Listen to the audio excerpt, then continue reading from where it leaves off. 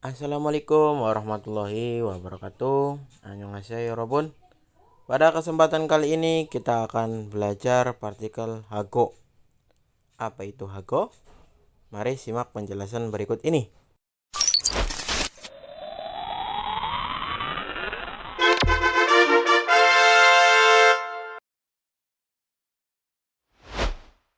Hago digunakan untuk menggabungkan dua kata benda atau lebih. Juga menunjukkan suatu kegiatan yang dilakukan bersama. Nah, simak di sini ya. Jadi menggabungkan dua kata benda atau lebih. Juga menunjukkan suatu kegiatan yang dilakukan secara bersamaan. Hago kalau kita terjemahkan ke dalam bahasa Indonesia bisa diartikan dan, bisa juga dengan. Lalu kapan hago diartikan dan hago diartikan dengan?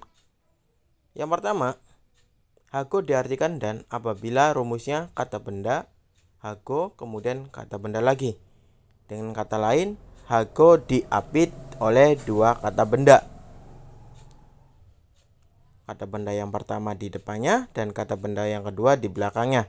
Intinya hago di tengah-tengah.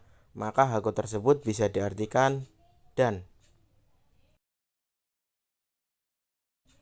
Lalu, hago diartikan dengan bila mana rumusnya kata benda kemudian hago. Jadi hanya satu kata benda. Maka hago tersebut bisa menunjukkan suatu kegiatan yang dilakukan secara bersama.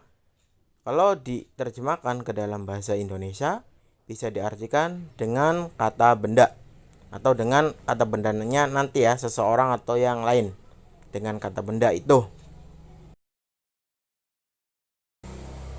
Sebagai contoh, 1.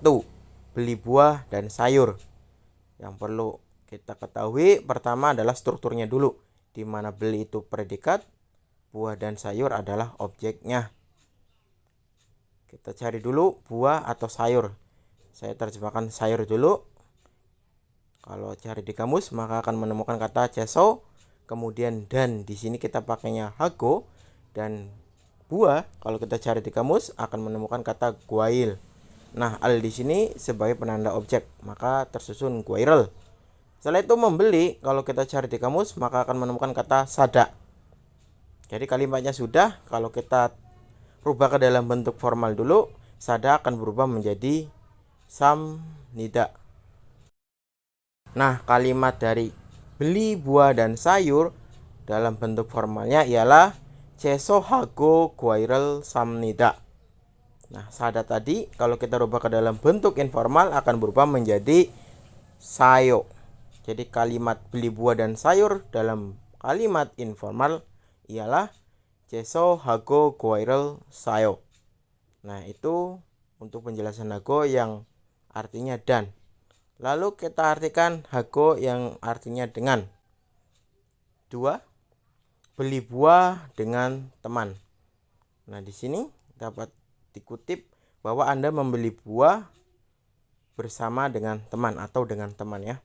Seperti biasa kita cari strukturnya dulu, di mana beli sebagai predikat, buah sebagai objek, dengan teman sebagai keterangan. Langkah pertama kita cari keterangan dulu, teman. Kalau kita cari di kamus, maka akan menemukan kata cinggu. Nah, dengan di sini pakainya hago. Maka tersusun cinggu hago. Kemudian buahnya kalau kita cari di kamus, maka akan menemukan kata guail. Kemudian akhirnya real atau konsonan tambahkannya al sebagai penanda objek, maka akan tersusun guairel. Untuk kata membeli sama seperti sebelumnya, yaitu sada. Kalau kita rubah ke dalam bentuk formal maka akan tersusun samnida. Jadi kalimatnya untuk kalimat formal ialah cingguhago guairel samnida. Saya membeli buah dengan teman. Bila kita rubah ke dalam bentuk informal maka kalimatnya ialah cingguhago guairel sayo. Oke guys, mungkin itu saja untuk penjelasan hago. Semoga dapat dimengerti. Bila ada request untuk tata bahasa yang perlu saya jelaskan, silakan komen di bawah ini. Mohon maaf apabila ada salah kata. Assalamualaikum warahmatullahi wabarakatuh. Annyeonghaseyo.